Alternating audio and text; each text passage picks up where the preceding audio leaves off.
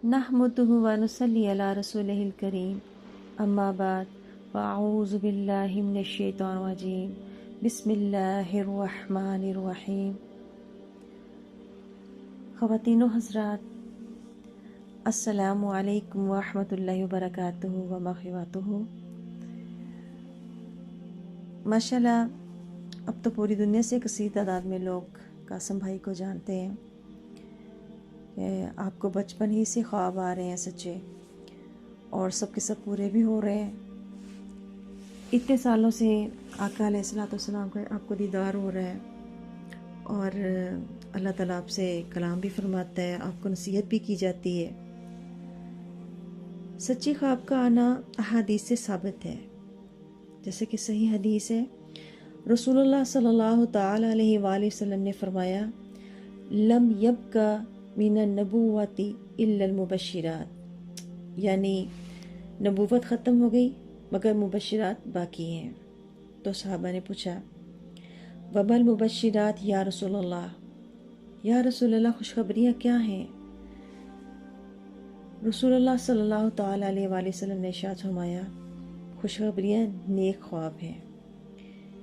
ایک اور حدیث میں آتا ہے، قرب قیامت میں مسلمانوں کو سچے خواب آئیں گے، یہاں تک کہ ایسا ہونے لگے گا کہ ایک بھی ان کا جو خواب جھوٹا نہ ہوگا۔ تیسری حدیث میں نبی کریم صلی اللہ تعالی علیہ وآلہ وسلم نے فرمایا، خواب جو ہے نبوت کا 46واں حصہ ہے۔ ان تینوں احادیث سے یہ بات ثابت ہوتی ہے کہ قرب قیامت میں اچھے خواب آنا زیادہ شروع ہوں گے، یعنی مومنوں کو زیادہ سے زیادہ اچھے خواب آنا شروع ہو جائیں گے۔ اور خواب کی اتنی حیثیت یہ ہے کہ یہ نبوت کا 46واں حصہ ہے، اور اس میں صداقت کا امکان ہوتا ہے۔ بہت سے لوگوں کو سچے خواب آتے ہیں اور وہ پورے بھی ہوتے ہیں۔ ہمیں قاسم بھائی کے خوابوں کو نظر انداز نہیں کرنا چاہیے۔ عرصہ دراز سے اتنے خوابوں کا آنا اس بات کی دلیل ہے کہ اللہ رب العزت ہماری اصلاح کرنا چاہتا ہے۔ بعض دفعہ ایسا ہوتا ہے، آپ دین پر چل رہے ہوتے ہیں اور معاشرہ آپ کی مخالفت کرتا ہے، تو اللہ کی طرف سے آپ کو اچھے خواب آنا شروع ہو جاتے ہیں، جس سے پھر آپ کو تسلی ملتی ہے۔ ویسے سچے خواب کافروں کو بھی آ سکتے ہیں، لیکن جو مسلمانوں کے خواب ہیں نا، ان کے خواب کی سچائی کا امکان زیادہ ہوتا ہے۔ جیسا کہ قاسم بھائی نے اپنے ایک انٹرویو میں فرمایا کہ ہمیں شرک اور ان کی اقسام سے بچنا چاہیے تاکہ ہمیں اللہ کی مدد حاصل ہو، تو میں ان کی اس بات سے اتفاق کرتی ہوں کہ جتنا ہم لوگ دین سے دوری اختیار کر رہے ہیں، اتنا ہی پستی کی طرف جا رہے ہیں، اتنی ہی جہالت پڑ رہی ہے ہمارے معاشرے میں۔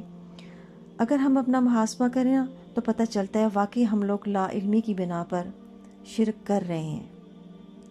ہر گھر میں کہیں نہ کہیں کسی نہ کسی صورت میں شرک موجود ہے، اور شرک کی بہت سی اقسام ہیں، لیکن میں نے اپنے گرد و نواح میں کچھ شرک کی اقسام دیکھی ہیں، محسوس کی ہیں، تو وہ میں آپ سے شیئر کرنا چاہتی ہوں۔ ہمارے گھروں میں انڈیا کے ڈرامے فلمیں بہت شوق سے دیکھی جاتی ہیں، تو میرا ایک گلی سے گزر ہوا، 2-3 گھروں سے مندر کی گھنٹیاں سنائی دے رہی تھیں اور پوجا کے وہ منتر پڑے جا رہے تھے۔ تو مجھے تو بہت دکھ ہوا کہ ہم مسلمانوں کے گھروں سے تلاوت قرآن پاک اور ذکر اللہ کی آوازیں آنی چاہیے، اور مسلمانوں کے گھروں سے مندروں کی گھنٹیاں سنائی دے رہی ہیں۔ کتنے افسوس کی بات ہے، یہ تو کھلا شرک ہے، لیکن ہم نہیں سمجھ رہے۔ دیکھیں، بتوں کی پوجا دیکھنا گناہ ہے، ہمیں توبہ کرنی چاہیے اور تجدید ایمان کرنا چاہیے۔ ایسے گھروں میں کیا اللہ کی رحمت کا نزول ہوگا جہاں پوجا کا عمل ہو رہا ہو؟ بھلے ہماری نیت نہیں، لیکن ہم دیکھ تو رہے ہیں نا، دیکھنے کو گناہ تو ہم کر رہے ہیں نا۔ اسی طرح مسلمان ایکٹر ہیں، جب ایسے سین کرتے ہیں تو وہ دائرہ اسلام سے خارج ہو جاتے ہیں، اور مسلمان ہو کر وہ شرک کو پروموٹ کر رہے ہوتے ہیں۔ مسلمان کو اسلام کو پروموٹ کرنا چاہیے، شرک کو۔ ایک مسلمان کو بت شکن ہونا چاہیے، یا کہ بت پرستی کو ترویج دینے والا۔ میں نے یہ بھی دیکھا ہے کہ کوئی مسلمان ایکٹر جب کسی ہندو عورت سے شادی کرتا ہے نا تو وہ مسلمانوں والے طریقے سے بھی شادی کرتا ہے، یہ نکاح کرتا ہے، اور ہندوانہ رسم کے مطابق بھی وہ شادی کرتا ہے۔ بلکہ ایک ایکٹر نے تو بڑے فخر سے بتایا، میرے بچے جو ہیں وہ مسجد جا کے عبادت کرتے ہیں اور مندر جا کے پوجا کرتے ہیں، گردوارہ بھی جاتے ہیں۔ تو یہ کتنا بڑا مذاق ہے اسلام کے ساتھ۔ ایسے مسلمانوں کو کیسے اللہ کی مدد حاصل ہوگی؟ اب آپ سڑکوں پہ چلے جائیں تو دیکھیں جگہ جگہ پوسٹرز لگے ہوئے ہیں، یہ بھی تو شرک ہی ہے۔ اور کسی شاپنگ مال میں چلے جائیں، دکانوں پر سجے ہوئے ہوتے ہیں اتنے بڑے بڑے مجسمے۔ اللہ کے نبی نے بت توڑے تھے، اللہ کے نبی نے ہمیں یہ نہیں حکم دیا کہ ہم بتوں کو سجائیں، ہمیں بت شکن ہونا چاہیے۔ اور ایک بہت بڑا شرک جو میں بچپن سے دیکھتی چلے آ رہی ہوں وہ ہے جادو ٹونا۔ عورتوں کی کثیر تعداد یہ شرک کر ہی رہی ہے، لیکن مرد حضرات بھی اس شرک میں ملوث ہیں۔ قاسم بھائی کی بات سچ ثابت ہوئی نا کہ ہم کہیں نہ کہیں شرک کر رہے ہیں، اسی وجہ سے تو ہمیں اللہ کی مدد نہیں مل رہی۔ پاکستان میں تو اس شرک کا یہ عالم ہے، وہ کہتے ہیں نا اٹ پٹو تو نیچے پیر نکلتا ہے۔ تو ان پیر صاحبان کے تعویذات اگر کھول کر دیکھیں تو شرکیہ کلمات سے بھرے ہوئے ہوں گے۔ کسی پر شیطانوں کے نام لکھے ہوتے ہیں تو کسی پر شرکیہ منتر لکھے ہوتے ہیں، اور ہم بڑے ادب اور احترام کے ساتھ تعویذ گلے میں لٹکا لیتے ہیں۔ انسان کے دماغ کو جو شیطانی قوتوں سے مفلوج کیا جاتا ہے اور پھر اپنا کام لیا جاتا ہے۔ ایک 40 سالہ خاتون نے اپنے شوہر سے طلاق لی اور اس نے کم عمر بھتیجے کے ساتھ نکاح کیا، اپنے شوہر کے بھتیجے کے ساتھ اس نے نکاح کیا۔ تو کیسے کیا؟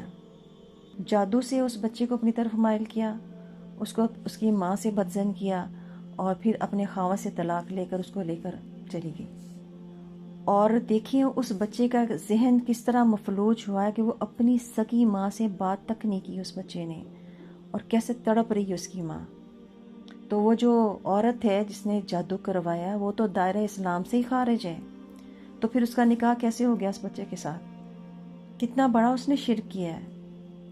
پھر جادو کے ذریعے ماں اور بیٹے میں جدائی ڈالی، یہ کتنا بڑا گناہ ہے۔ بات سوچنے کی ہے نا۔ عاملین اپنے خبیث عملیات سے ذہنوں کو مفلوج کرتے ہیں، خونی رشتوں میں دراڑ ڈالتے ہیں، میاں بیوی میں جدائی ڈالتے ہیں، لڑائی جھگڑے، نفرتیں، عداوتیں کرواتے ہیں۔ تو یہ سارا کام ذہنوں کو کنٹرول کر کے کیا جاتا ہے نا۔ تو ذرا سوچئے پھر دجال کیا حال کرے گا، جس کو اللہ نے اتنی قوت دی ہوگی کہ کبھی وہ بارش برسائے گا، کبھی وہ قحط سالی لائے گا، اور کبھی وہ اپنے شیاطین کو ہمارے والدین کی شکل میں ہمارے سامنے لے کے آئے گا، وہ طرح طرح کے شبدے بازیاں کرے گا تاکہ پھر وہ ہم سے شرک کروائے گا۔ اور میں تو سمجھتی ہوں کہ ایسے عملیات کرنے والے لوگ جو ہیں دجال کے ساتھی ہیں۔ آقا علیہ الصلوۃ والسلام نے ہمیں جادو جنات سے بچنے کے لیے اورات بتائے ہیں۔ ہمیں صبح و شام وہ اورات پڑھنے چاہیے، ان کو پڑھنے کا معمول بنانا چاہیے تاکہ ہم ان شیطانی شر سے محفوظ رہ سکیں۔ باقی رہی میری بہنیں جو کہتی ہیں کہ ہم تو کلمہ گو ہیں، ہم شرک نہیں کرتے، جائیں علماء کے پاس جائیں اور شرک کے متعلق معلومات حاصل کریں تاکہ آپ کو پتہ چلے شرک ہے کیا، کتنی اقسام ہے شرک کے۔ اور قاسم بھائی کو دجالی فتنہ کہنے والی میری بہنیں، میں آپ سے یہ کہنا چاہتی ہوں، دجال آپ کو شرک سے منع نہیں کرے گا بلکہ آپ سے شرک کروائے گا۔ وہ خدا ہونے کا دعویٰ کرے گا۔ جو کوئی آپ کو حق بات بتائے آپ لوگ اس کے لیے دجال کے القابات استعمال کرنا شروع کر دیتے ہیں۔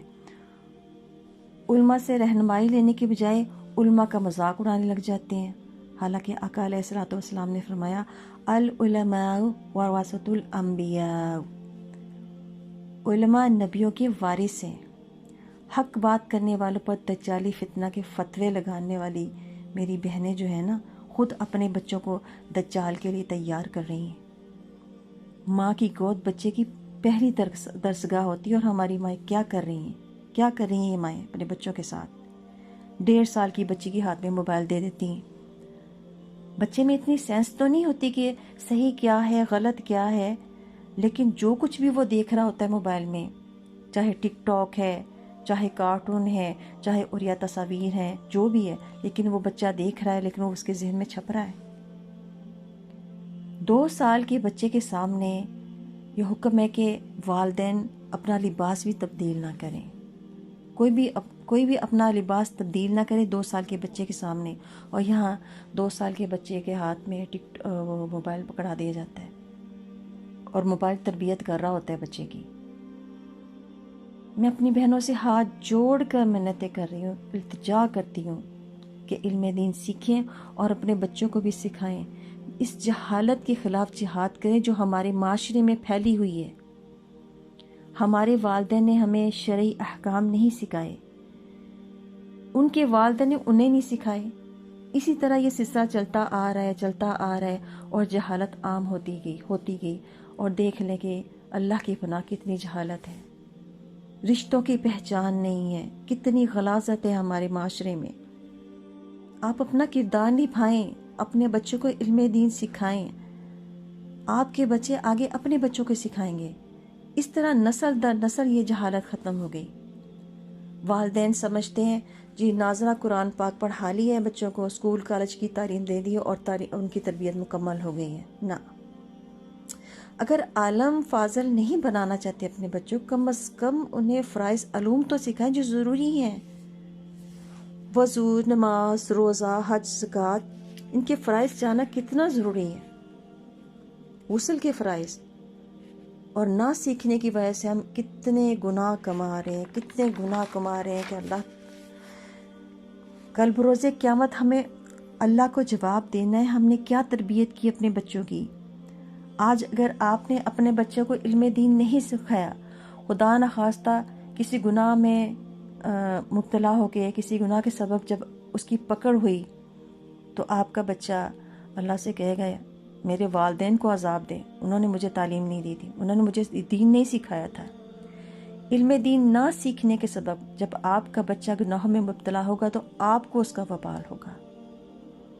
ایک اور بات جو میں کہنا چاہتی ہوں، کچھ بہنیں کہتی ہیں قیامت ابھی نہیں آنی، ہمارے مرنے کے بعد آئے گی، ابھی قیامت بہت دور ہے۔ خیر، اس کا علم تو صرف اللہ کی ذات کو ہے کب آنی ہے۔